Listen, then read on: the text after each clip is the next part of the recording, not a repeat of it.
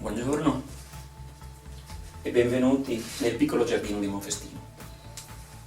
Settembre, periodo di talee, come vedete ne abbiamo già fatte parecchie, ma periodo anche di alcune fioriture di fine estate che dureranno fino all'autunno.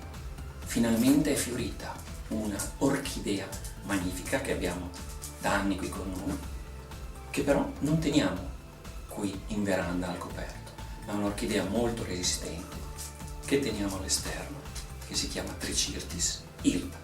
Andiamo a vederla. I fiori sono veramente meravigliosi e ne produce tantissimi, dalla fine di agosto fino a tutto l'autunno.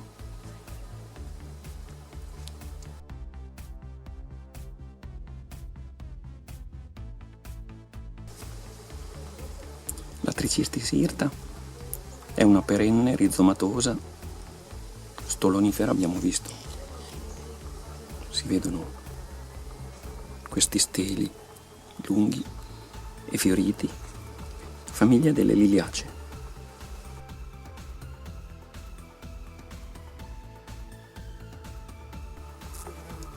È adorata dagli insetti impollinatori e ama la mezz'ombra, assolutamente, per fiorire così copiosamente.